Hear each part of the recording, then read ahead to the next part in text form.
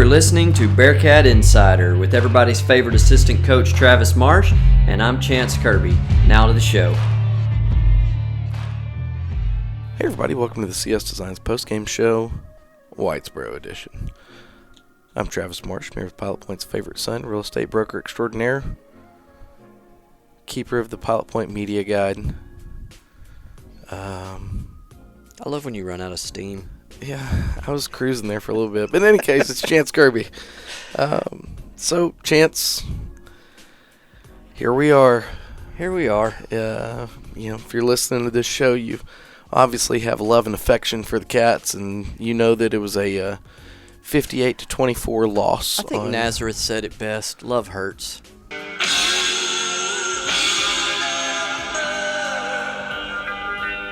Yeah, Cats were 1-4 now on the season, 0-1 in district, and things do not get any easier on the horizon in a tough District 4 3A. Speaking of that 1-4, I know there was a question on our Facebook page. When's the last time that happened? It's not as long as some might have thought. It was actually 2017. We were 1-4. Okay. And it rolled out the same way it did now. We won the first game and then lost the next 4. Okay. Now, keeping an eye on the big picture, nobody wants to be 1-4. I don't think any football team in America at any level says, you know what, let's start the season 1-4. But there's still hope. Because the season that matters is this 6-game slate known as district play. And, the top 4 are going to be gone to the playoffs. The bottom 3 will not. And so, you start looking at it, and right now, we want Whitesboro, since we already have a loss to Whitesboro, we want Whitesboro to go undefeated. Well, and can I say something that I know you as a coach won't say or can't say, but I can? No one expects us to be Whitesboro anyway. So technically, all the prognosticators, even me, if you would have asked me in August, were really right where we expected to be as far as the district race after one game. Well, I mean, we knew Whitesboro was good. Yeah. They returned the meat of a fourth-round team. But, like I was saying before I was so rudely interrupted by my co-host. That's my job. Is we need Whitesboro to go undefeated. Yes, a smart man once told me that once you lose to a team in district, you need them to win out. Yeah, we need them to win out. Why is that? For those that don't know. Because it's called a clean district, and with a clean district, you have a undefeated district champion, a 1-loss second-place team, a 2-loss third-place team, and then the fourth-place team is a 3-loss team. And if you have too many losses in there, it creates some weird tie-break scenarios. And when you're losing games, weird tie-break scenarios typically don't help you. And so we really we want it to be a clean district, which means right now, if we go on a roll, we would want to be 4-1, or 5-1, second place in district with a loss to an undefeated in district Whitesboro team. Okay. So that's just that. If you have a whole bunch of 2-loss teams, 3-loss teams, it just gets weird. Well, you don't want to be sent home over a coin flip.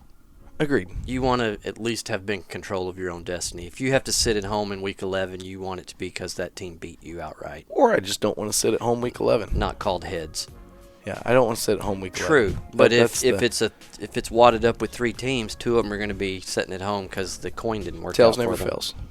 Okay, that's good to know. A little insight there. Those of you coachers that listen and want to work that coin toss. Tails never fails. So, what you got? I mean, I know you're the... Does it make you uncomfortable when I walk into the studio with a notepad, multiple pieces of paper, a pen, and a calculator? You've been maniacally writing down notes ever since we sat down. Yes, I have. I don't want to beat people down with the same conversation that we have every week. So I'm just going to quick hit this first one. Oh, good. Thank you. Special teams. 5 weeks in a row. There's been a meltdown now. What are we doing? Now, what was this week's meltdown? Kick return for a touchdown. Okay, yeah, that's a big one. Yeah, we've made changes on our punt team, and I think that we have reaped the rewards of that change, as one was not blocked, nor was one 12 yards. That was solved, and there was a noticeable difference there. But it's weird. It's like, for one thing you fix, kind of like the guy that puts the finger in the dam. Now here's another leak. Yeah, and it's the way this season has gone is you answer one question, and all of a sudden you get 5 more questions. Okay. That's kind of where we are. And so what happened on that kickoff return, they showed a reverse action, which is I think it's about as safe of a misdirection strategy as you can have. The kid that caught it ended up keeping it. There was a seam in the middle of the field because one of our kids did not stay in his lane, and obviously the crease was there, and before you know it, Whitesboro's racing to the end zone. Yeah, you can't give a team like that any. They didn't need the extra push. Yeah, but they got it. And that's a discipline thing. I mean, but every special teams coordinator in America assigns lanes on kickoff. You have to. That's the most effective way to cover it is, hey, you have your lane, you have your lane, you have your lane. Hey, we're going to avoid left and snap back onto your lane. And we had a kid that didn't do it. All it takes is one. And the saying is, you're only as strong as your weakest link. And so the weak link got us sunk on that one. Yeah.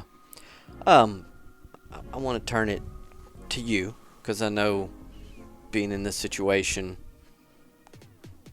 you're an assistant, so you can't speak for everybody else, but I saw something in the 7th grade game that I wanted to ask you about. So now, there's nothing more now that I can like. Have you address something that, on your end, that kind of comes around back to the special teams.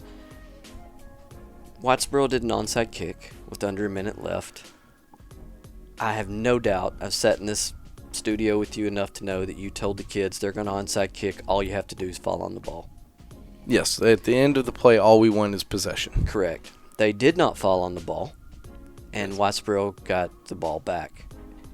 Y'all end up winning the game, but what I wanted to ask about that, at what point is it not, well, the kids didn't execute? Because I feel like if this was the 7th grade post-game show and I would have asked you that without prefacing it like I did, you'd say, well, the kids just didn't execute.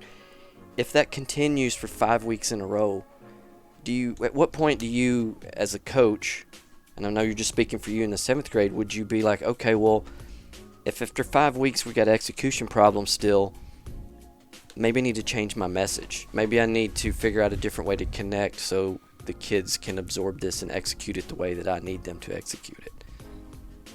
The awkward pause that you're about to point out is me thinking. Yes, and I leaned back, notice, so I'm beyond arm's length. Yes. Or is it something you never do? I don't, because I've not coached. I don't know if you've ever noticed that or told me that, but I'm not a coach and I don't know how it works.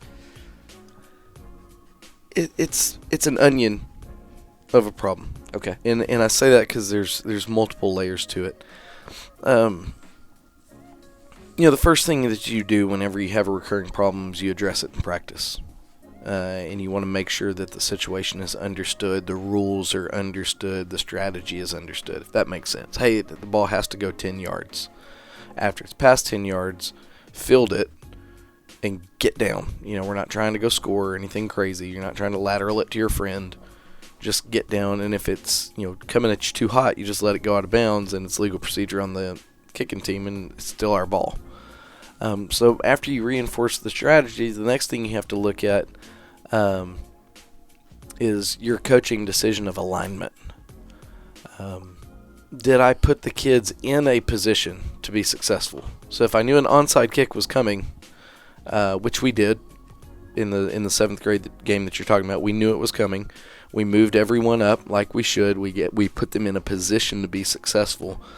Are you doing that? So check off the box. Yes, the kids knew the situation. The kids knew the strategy. The kids knew what was coming. They knew what the expectation was. We put them in a position to be successful. Then the next thing is, if they're knowledgeable, if the 11 guys on the field are knowledgeable and I put them in a position to be successful, is that the right 11 guys to be on the field? You look at personnel. What can I do to move it around to maybe that offensive lineman that I'd put on there to get a little bit more playing time? Maybe you take him off and you put a backup skill kid on there that's a little bit better, more adept at handling the ball. Maybe a kid that doesn't play very much and is scared to death whenever the ball comes rolling at him needs to go off for somebody who touches the ball way more, and their nerves are a little better. And so I think once you get to that point, if you've delivered the message and they understand it, they can regurgitate it to you. That's checking for understanding. So how far does the ball have to go? Well, 10 yards, coach. Well, what do you do when it gets to you? I catch it and I fall on it. Okay, so message received. I've put the kids in a position to be successful by adjusting their alignment. Check. Moved everybody up, one person deep, knew the onside was coming. Say the personnel wasn't the problem. I had the best 11 guys that I could put on the field out there. At that point, it goes to you're playing a game with 22 moving bodies that's a high-powered game, high, fast-paced game with an oblong ball that's kicked as hard as they can on the ground. That's going to bounce in ways that you don't know where it's going to go. At some point, it just happens to be happenstance. The ball literally did not bounce our way. The football gods. Yeah, and so that's why I think it's a multi-layered problem. It's not just an easy, you just do this. But I'm a fan. I want easy solutions. I'm a coach, and I want easy solutions. But there is not just an easy solution. Now, sometimes there is. Sometimes if I looked back at the tape and it was a surprise onside kick and I didn't have people moved up, man, that's an easy fix. Oh my gosh, I need to move people up so that they can field the ball. But, it's not always cut and dry, unfortunately. It'd be a lot easier if it was. Okay. And we did, to go back to we did make changes in the special teams. So we are changing the message as far as from a coaching staff. I'm saying we like I'm on it. Honorary.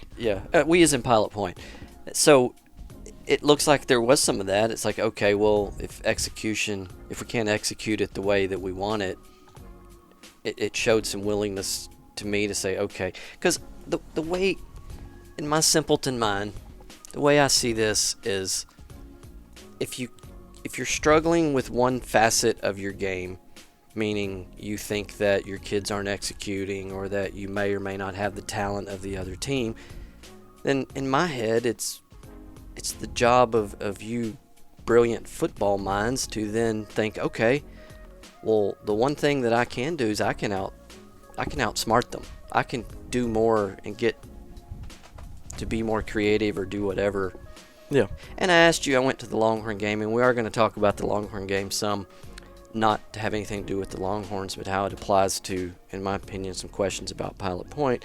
But I noticed they had a kickoff to where they lined up unusual, and Tech did the same thing. But You explained to me that comes down to having 11 athletes that 3A football doesn't have. So, well, that what you talked about directly in question was, why did both of them have a high concentration of people in the middle of the field? No one outside the hash. And no one outside the hash. And it's like what I told you, the quickest way to the end zone, point A to point B, is in a straight line down the middle of the field with no variation.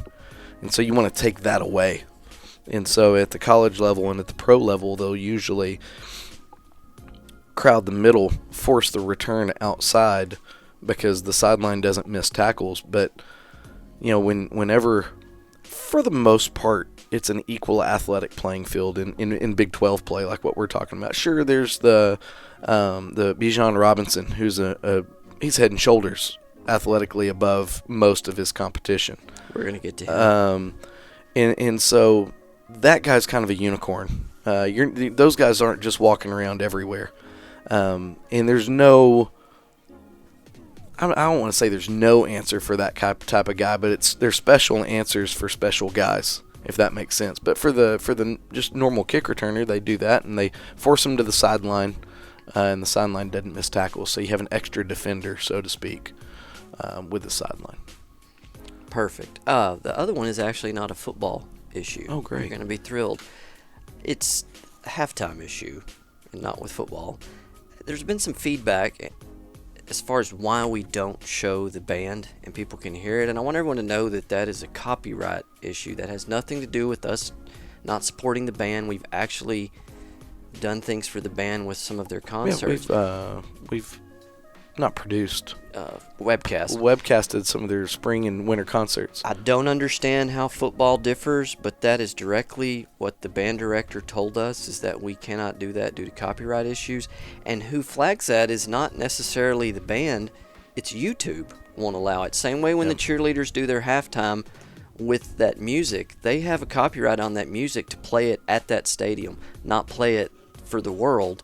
Yep. Every song that plays on our channel, like underneath the commercials, we have a copyright permissions to cast that. And what will happen is if we cast it and do not have permissions, YouTube will delete the video. So we're not doing it because we hate the band. And it also bothers me a bit, which is why I like this cast, because I ask you coaches direct questions and let you answer them. Yeah. I got a text. Someone complained to the superintendent. Did anyone reach out to you asking us why we didn't do the band? I don't think they did. No. And no one asked me. They involved the superintendent, who then asked me, and then I explained it to him. And we're going to try to work it out. And he said he even had an interest if he had to pay for a copyright to allow that to happen. But they went straight to Todd. Because he doesn't have anything else going on. Yeah, it's like he's got bigger problems. Yeah. But there is no hate for the band. No, actually, me personally, and I do speak for the other coaches on this one, we definitely don't have a problem with the band at all. We greatly appreciate what they do. Myself personally, I have a great relationship with Mr. Balkema. I think he does a fantastic job. I wish we could show him. I think I can even go as far as say it's law. Is it copyright law? Is that what It is law. It's heavily finable. So I don't think, and you know who gets fined? Us. PPISD. Yeah, us. Yeah, me and you. Yeah. So those of you that listen may not be the ones complaining about the band, but we would greatly appreciate it if you would tell whoever might have possibly complained. Whoever you may know that they don't show the band because of copyright infringement. Yeah, Period. Absolutely. And like I said, we really enjoy the extra hours that we've put in casting their spring and winter concerts before. Yeah. It's very enjoyable, and we love to support the band for sure. All right. That is now off my list. Okay. Now I only got one more. Great. Yeah. Great. But this isn't a complaint. You don't even have to answer questions. I want to talk about how impressed I am with Gage Anderson and what we've asked of Gage Anderson and what Gage Anderson is delivering this year. Well, I'm going to cut you off for 1 second. Okay. Gage it's not a surprise the success that he has because of how hard he plays. And if you've watched the games, especially the last two, he is putting forth extraordinary effort every play. I'm gonna say it's Herculean effort. Oh man, that's How tough. about that? That's a big word. It is a big word. Yeah, but I'm sorry. Go ahead. No, but he plays with great effort. He practices with great effort. He is, he will do whatever we ask him to do, and he will do it to the best of his ability and as hard as he can every time. And as a coach, I really appreciate that. Now you can continue. Well, and I'm just going to back up what you said on what he's delivering. I don't know, before I get into my fun with numbers, I did a deep dive. That explains the calculator and all the papers, Okay. the confused look on my face and the pen in my hand. When you look at total plays for a team, do you count the punt? Like the fourth down that's a punt play? Is that how you coaches look at that? That is not considered an offensive snap or a defensive snap. Excellent, because now that is just another snap in the game. Whether I was wrong in my numbers or not, I used the same calculators as far as when you're looking at stats and whatnot. You just want to make sure you're consistent. So if you included punch, consistent. you always do. If you don't, you always don't. Then I did not. Okay. So but I also couldn't use our stats on max preps. Don't you guys all rush to max preps and check my numbers, because Gage only shows to have 2 carries. So he had more than 2 carries. Yeah, I know, and I'll get to that. I knew that, and I got it right. I had the stats for max preps, fortunately. So not max preps, huddle. Yes. So I had those. It blew my mind that Gage is 49% of our offense. 1 in 2 plays for the entire year we've asked Gage Anderson to touch the ball. Okay. That's awesome as far as what he's being asked to do and being able to carry that load. And you think to yourself, just to clarify, I want people to understand what those numbers are. They're like, oh, well, what does that mean? Ish Harris in 2021, 38% of the carries. Ish in 2022. Now, is that carries or touches? That is touches. Okay. I'm saying carries, but I'm meaning touches. And so touches is going to equal carries plus receptions? Correct. That's Okay. what I did. And so Sorry, I'm trying to follow with you and also connect the dots for everybody who's confused at home. Thank you. You get to be the voice of the people this time. Yes. The roles are reversed. But when I say that number, they're going to like, well, what about 2020-ish? Because 2020-ish, I don't remember the total yards he had, but I believe it's over 2,000, wasn't it? Roughly 1,800. Okay. I know 1,800. rushing. Now, you add in receiving yards, that could be it. Total yards, I'm unsure of. But Well, Ish was 45% of the offense that year. Still not to what Gage is delivering for us. And then you even go back and you're like, oh, well, I bet Javon. Well, Javon was 40%. So as far as I could go back in the brief time that I started sketching this down, which is to 2019, Gage, what we're asking and what he's delivering for us, and that's why I'm so proud of what we're getting, and the future looks bright because he's just a sophomore.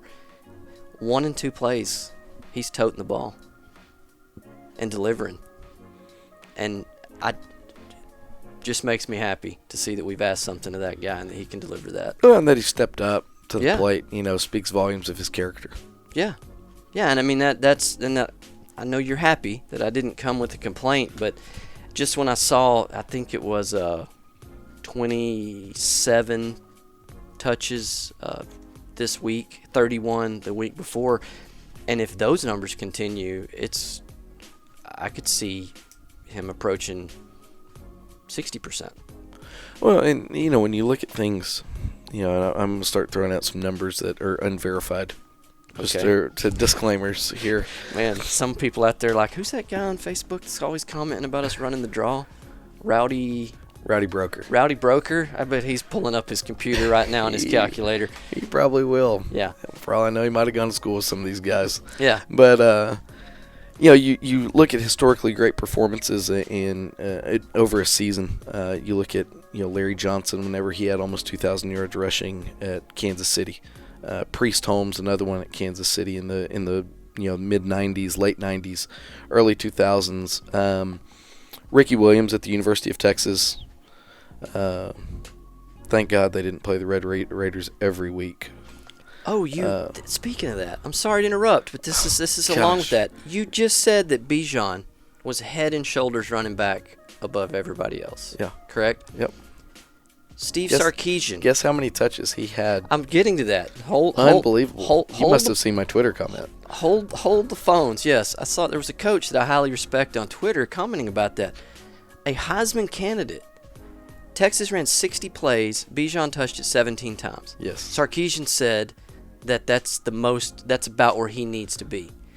We ran 66 plays, and Gage touched it 27 times. So that's what I'm getting at. Gage is delivering, and we're asking of him, and he's performing more than we're asking.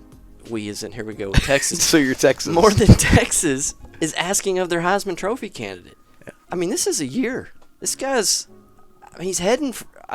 The future's bright. I mean, Yeah. it really excites me. Yeah, he is. He's a bright spot for sure. Yeah. And so, but you look at the usage rate of some of these backs, and the only question would be is going forward, what toll will it take on Gage? That would be the concern. That's mine, because he's not built like Bijan. He's not built like Ish. Or He might Ricky be. Williams or Larry Johnson. But he may be there in 2 years. I mean, this guy's a sophomore. But right now, I think durability is a question. And well, especially when durability isn't a question because he has not shown a durability problem. Durability is a concern. Okay. Because at some point you find the limit, and I don't want to. I don't want to either because when you're 50% of our offense and we have 5 games to go, we saw what happened when we lose Wyatt, and I think it frightens me to see what could happen if we even lose Gage for a quarter. Yeah. No, I mean that's a good point. It's impressive the way that Gage has matured. Just to be able to, and that's not just the physical load of the game. It's also the mental load of the game that Gage is. And that doesn't even count that he goes right back there on defense and he's on kickoff return. Yeah. And he's a dude.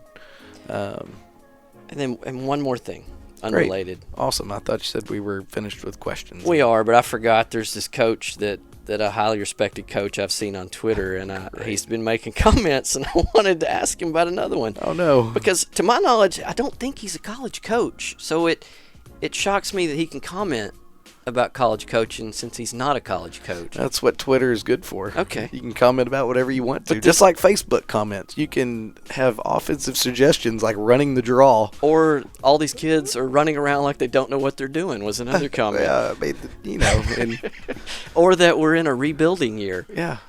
If I didn't respond to your comment on Facebook, it's because I truly have no idea how to respond to it. I almost responded to run the draw, but it was about 10 minutes after the game, and I was walking back from taking some stuff to the locker room to the sideline. Well, the run the draw one cracked me up because it was literally posted during the game, where if you would have responded, that would have cracked me up. It makes me concerned that I wish I would have seen it. Maybe we could have tried it. Maybe that was the secret.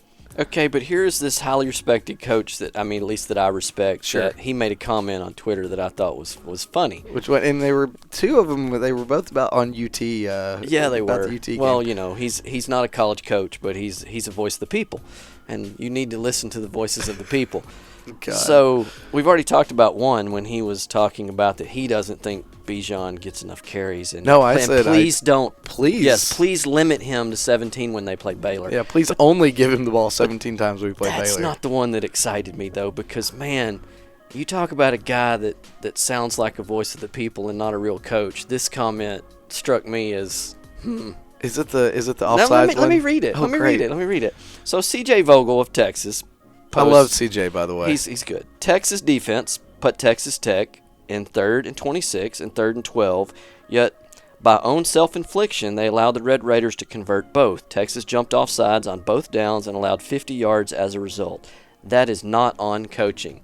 Then this highly respected coach, Absolutely. high school coach, he's not a college coach, but he's a voice of the people, he posted, actually, a coach is able to tell their defensive line to back up a yard, especially in long yardage, to account for that exact offensive strategy. So it's true.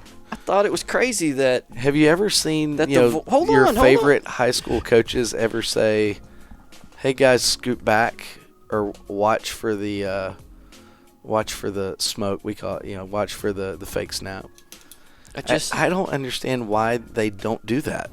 I just thought it was really odd that highly respected coach that I follow on Twitter is attacking coaching. No, I'm attacking the University of Texas because they lost to Tech and they want to blame everybody but Sarkisian, and he's actually the problem. Wow. Okay. All right. And unless maybe you want Tom Herman back or Charlie Strong. No. Yeah. Because I never attack any other university on Twitter except for the University of Texas and CJ. Yeah, I like Vogel. He's good. He it's a fun conversation. Yeah. Oh, real quick though. Yeah. Run the draw. When you're talking about the coaching and what you can tell kids, did we know that the defense was going to shift like that? And man, not only did we know it, we practiced it at length throughout the week. It's got to be tough as an offensive lineman when people are yelling and moving and you have to stay still. It's just the natural flinch. It is, and especially whenever they're getting a good rush on you, they're getting good upfield pass rush. You're already nervous about getting beat. Not that I've ever played offensive line, but then you can't talk about it. No, I can't. But what? Then stupid question now. Why don't we try that? every defense has different schemes. You have different things you focus on. Some people frown on stuff like that, the gamesmanship, of, they're just doing that to make a false start. Yeah. It seems to help. And it worked. Yeah. In the smoke and mirrors. And some people don't prescribe to the smoke and mirrors. So I think it's just kind of a personal preference type thing. And then I heard another dumb thing that I didn't understand, and you can explain to me, but I know this is something that we did. I was watching the Packers and Tampa Bay this weekend, and all the defensive linemen were standing up, which I've seen us do. I know I saw us do it in Callisburg. And it was talking about how it confused the running backs. And, boy, you're diving deep into stuff I don't understand. Something about when the linemen and the running backs are determining who they need to block, it has something to do with who's down and who's up. You can enlighten me on that. In certain pass protections, you're either assigned gaps, you're assigned a man, or you're assigned almost like a zone, so to speak. And so the way, if you just want to look at a very vanilla way of looking at it, whenever you're watching football on Sundays and if you hear Aaron Rodgers yell out, "Hey, 53 is the Mike." Yeah. Okay, that's not saying that he's the Mike backer, so to speak, 'cause he could be the Sam or the Will or another position. But from the offense perspective, he's identifying the player that he will block with a throw. Okay, so that means that the offensive line needs to account for everyone but number 53. I will account for number 53 by if he blitzes, I'm replacing him with a hot route. And so that's the whole, hey, 53 is the Mike, or hey, 56 is the Mike. Wherever they are, the quarterback's saying, I'm identifying the guy that I will block by a replacement throw. And so whenever everyone's standing like that, it becomes difficult to figure out who's going to be rushing forward, who's going to be dropping back. It just excited me to hear the pros were doing something that I've seen us do. Yeah, no, it's a neat deal. You can't do it every down. It doesn't make sense to do it on downs that are obvious run downs because you're at a disadvantage as far as just leverage and pad level. But if it's a third and 27, something like that, you're the University of Texas and you're in enemy territory, you might want to stand up and back up a yard. Well, I didn't see which team did it, but it didn't matter if it's either Brady or Rodgers, and sure, you've created a little confusion, you've accomplished something. Yeah, no, and that's it. And you there's two ways to affect a passer, and one is just pressure. Just you're putting pressure on him, therefore he has to move and he gets uncomfortable. And the other thing is by doing things that are confusing, you throw off timing. And so the slant that you're used to catch 1-2 balls out, now all of a sudden with that guy dropping to there, instead of 1-2 balls out, it turns into 1-2 oh crap, and then the throw might come out late. Or if you throw it on time, you end up throwing it straight to a defender, which is kind of what we saw whenever Wyatt threw the pick six. He threw it on time, and the linebacker just made a heck of a play. Yeah. And so, it's just one of those things that's just a way you can affect a passer. Let's take a break and then come back and talk about Paradise.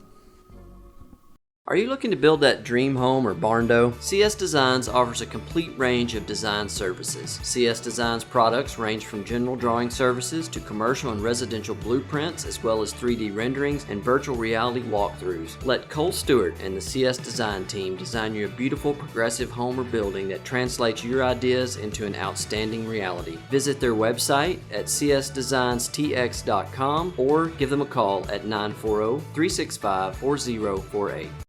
And we're back here. Thank you to CS Designs for sponsoring the show and bringing this to you. Now that we've bored everyone to death with Twitter talk and all kinds of strategies of all kinds of different things, stats wise, and you said we were coming back to talk about Paradise. Stats wise, I mean, there's nothing that really sticks out, except that Wyatt Smith had a good day running. First time I've really seen him do it since week 2, and that ended poorly. I know, but it felt good to see him doing that again because it was needed. Yeah, and so Wyatt did well. You take away the pick six that he threw, he had a decent day passing. 171. 171. Mm-hmm. Gage was the leading rusher and receiver. Yeah, and leading carries, not yardage. I thought he led in yardage. He did not. White had 95. Oh, yeah, and then okay. Gage had upper 50s. I do believe 56. My mistake. Yes. And then I was only looking at running backs. He had good yardage out of the backfield, which I think is a great thing for him. Getting him out in the open space with as shifty of a runner as he is a really good thing. Defensively, we had a big kind of glob of people at like 10 tackles. I think one person might have had 11, but Aston, he played really well defensively. I thought Colin played really well defensively. I think Cooper Locke and Kel Martin are your other ones that are kind of up there towards the top. Yeah, Kel was the leader, I believe. Yeah, and those guys, the thing that separates them is A, their proximity to the ball, but B, they just fly to the football. They do a good job. And can't talk enough about Colin being our leading tackler on the season, but Cooper has been a pleasant surprise there at Mike linebacker for us. Cooper Locke, he's figuring it out more and more. Yeah, Cooper's the Mike. But Kel, he does what he's always done. He hustles, and he's done really well, learning kind of a different new position. Yeah, and I hate doing this when it's my kid, but I will anyway. When just refer to him by number. Yeah, that makes it impersonal. When number 8 then ran down a jet sweep from behind and made the tackle for a loss. Yeah, that made me happy. Not because he's my son, but he's just that's number a 8. hustle play right there. It is, and if you go back and you look on film, that's the kind of effort that it takes to play great defense. And for that play, it was just Aston that happened to give that effort. Well, I asked him how that happened, and he just said that he saw lane. He realized what was happening, and he's just a smart football player that hustled. Yeah, and so I guess the next play they could have sent the same guy in motion, and Aston could have thought he saw it happening and chased him down, throw it in the right wrong behind place. him. Absolutely, but that's part of it. But the kids are playing hard. I mean, they do. And I feel for them that the win-loss record doesn't reflect their level of effort that they're playing with. And that's the frustrating part. Now, moving on to Paradise. We are hosting Paradise Friday night, 7:30. And, they're good. They're fast. They're athletic. They're well-coached. They have interesting schemes on both sides of the ball. Offensively, it is different than anything you've ever seen, but it's not as, I would say, brutal as what the different Bells was. Bells, you're going to it's just brutal. I don't know what other way to describe it. It's just the grindhouse. It's just you're everybody's in a mosh pit and we're playing football. Paradise is going to present a little bit different problem. It's a very quarterback-centric offense. There will be a lot of motion. There will be a lot of misdirection. There will be a lot of their quarterbacks. Last name's Iglesias, number 5, and he can run. He's talented, and they're a talented football team. And so, Ponder. Everybody's really, really high on Ponder with all these points they were scoring, and Ponder had a reality check. I do believe it was 64-14 with Paradise coming out victorious in their first district game. And so, it's a very concerning game, just because of how good they are. But I think I still feel like there is this untapped gear that we have in our kids that if they figure it out and if everything comes together, I think we're going to be a pretty good football team. Yeah, and back to some comments. We are not out of the playoffs.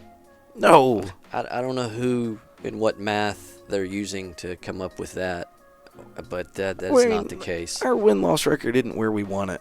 I'll own that, and I think that everybody involved would own that. But to say that, we're not even close to being mathematically eliminated. There are two other teams in our district that have the identical record. I'm talking about district, so it's not. And one of them hasn't even played a game yet. And one of them that is 1-4 finally won their first game. Yeah, but I'm just speaking of playoffs only. But I'm saying one team in our district has yet to even play a district game. So it's impossible to say that we are out of the playoffs when it hasn't even been determined yet. No, and for the people that have chosen to push that narrative, that's about as un-Bearcat as it gets. Yeah. Because you're admitting defeat with 5 games to go, saying we don't have we're out. It hits me the same as we're in a rebuild. Yeah, That's an insult to the kids standing out there. And it's everything hadn't gone the way that anybody wanted it to. But that's the nature of a small town football program. Nobody we made the playoffs in 2017 with the same record. And sometimes you're up on top of the mountain and everything's great. Sometimes you're down in the valley and everything's bad. But there's the fall hurts way more. The bounce back feels great, and so here's to hoping that we bounce back. I think the potential's there, and that's not the Homer Bearcat alum coaching me. It's just looking at the pieces that are out there. The prognosticators think we're going to be back this week. Well, Diggs hasn't come out yet, but Texas football has us picked to win. I like it. Does it make you feel any better? No, because you're still going to go to practice today. Yeah, it doesn't. It doesn't make me feel any better because I don't feel any worse when they pick us to lose. Yeah. I kind of take a thing of the point of projections is to sell papers or That's right. Give me something to talk about. And do we have a chance to win? Absolutely. Why? Because we're putting our helmets on at 7:25 to run out the Bearcat head at Massey Stadium and go play a football game. As long as that's happening, the Cats have a chance to win. This isn't a dig at Paradise whatsoever. Paradise doesn't have decades of tradition to pull from. I think that means something. And maybe that's Pollyanna in me saying that, we're going to win one for the Gipper, so to speak. But it means something. It means something to be a Pilot Point Bearcat. And, I hope that even though we're 1-4 right now and the win-loss record doesn't look great, I hope that the people actually look at what's happening on the field and they see that our kids are fighting and they're playing hard and they are truly leaving it on the field. I'm sure that they are sore on Saturday morning because they're going to work. It just hadn't worked out yet. Back to the previous segment, you cannot question our willingness and try when you've got someone delivering on what we're asking Gage to do and what he's doing. And didn't question it. Doesn't tap out. Never seen him tap his helmet. He even hurt his leg, it looked like, in the second half. He waved off a sub. Because Coach Peters was all excited. I could see her ready to run out there and tape something, and he waved him off. Well, in jest, I know you're saying Coach Peters. She really does a fantastic job keeping these kids put together. Yes. She does a great job treating them before and after practice and Saturday mornings, and she even does Sunday treatments. And so we're very, very thankful for her and her efforts. Yeah, but I agree with you. Don't question their try or or an effort. Yeah, I've seen bad football. I've seen a lot of bad football actually, and what we're putting on the field, it's not what Pilot Point is used to, but it's not bad football because our kids don't quit. And I've watched teams quit before, and talk about frustrating. That'd be a whole different podcast. I'm just going to call in sick. And I want to figure out who Rowdy Broker is. Gosh, there's been, fill in for me. and we have to think about it. There's been times whenever the season wasn't going as planned, and we've had kids walk off the practice field, quitting. And that's not these kids. Yeah, these kids go to work every day, and they do a great job, and I'm proud of them. And I think that would go for everybody that would say we're proud of them. We're proud of what these kids are putting out. We obviously wish we won more. I'm not going to try to get on some big moral victories campaign because moral victories really they just end up getting you fired if you're in my shoes. But I would much retort to the school board. No, look, we had a moral victory on this day. No, our kids tried hard. I mean, I'm just glad that they are. But at the end of the day, we're hired and fired based off of wins and losses. So we hope they. Yeah, we need one win for sure to get off the tying the worst record in Pilot Point history. Our kids are they're doing everything in their power. I promise you. So, you look forward to seeing everybody filling the stands in Massey Stadium on Friday night. And the best way to see the band. It is the best way to see the band. If you and the only way to hear them. It's true. Way to buzzkill it. Sorry. But that's what we got, and then we look forward to talking again next week on we'll be here. CS Design's postgame show. We'll be here, win or loss. That's right. We are not Auburn. No, we are not Auburn. And speaking of, oh great! did you see the Stephen F. Austin football score this weekend? 98-0. Wow. All right, go ahead. Axum Jacks. That's where I'm getting my master's degree from. I need to find out who'd they play. Was it called Warren? Houston Christian. I need to find out if Houston Christian made a graphic. Do you think they did? We can find out. Tune in as Coach Marsh is seeing if Houston. We will. Christian. Would you make a graphic? Yeah. You would. I don't make graphics win or lose. So. Well, but I would post the score. Would you post that? We have to. We have to post it. Houston Christian Athletics. So the overall Houston Christian did not. Okay. Now let's look at HCU football. I think as you're doing that, and I will fill this space, that if you're going to take on the banner of being the end-all, be-all media for a team. Maybe it wasn't Houston Christian. Let me double check. I thought it was called Warren. Then you have to post. It's your job to post. All you are, here I'm going to steal one of your terms. All you are is a vessel. And I don't have anything to do with the score. It's just my job to make sure that the people see it and know the statistics. Okay, Warner. Okay. Warner. All right, now we are going to search up a little Warner U football. Oh, man. It looks as though their last tweet was of an hourglass with 90 minutes pregame. Okay. And they have been deathly silent. Now, they don't post much. I don't want to know how to have to handle that. Let's put it that way. I don't even want to think about how I would handle that. That's not something I need to know. Bearcats came up short. Yes. 98-0 loss.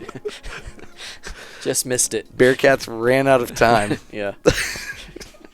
There's always a positive way you can spin everything. Yeah, I guess so. Yeah.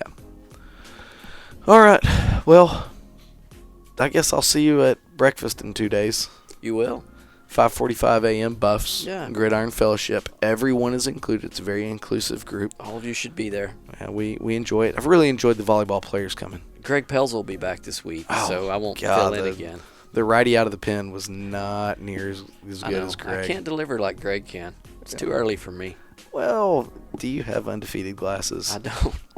You have defeated glasses. Yeah, I'm more of a Warner. All right. Well, we sure appreciate you listening, and y'all take care. Go Bearcats.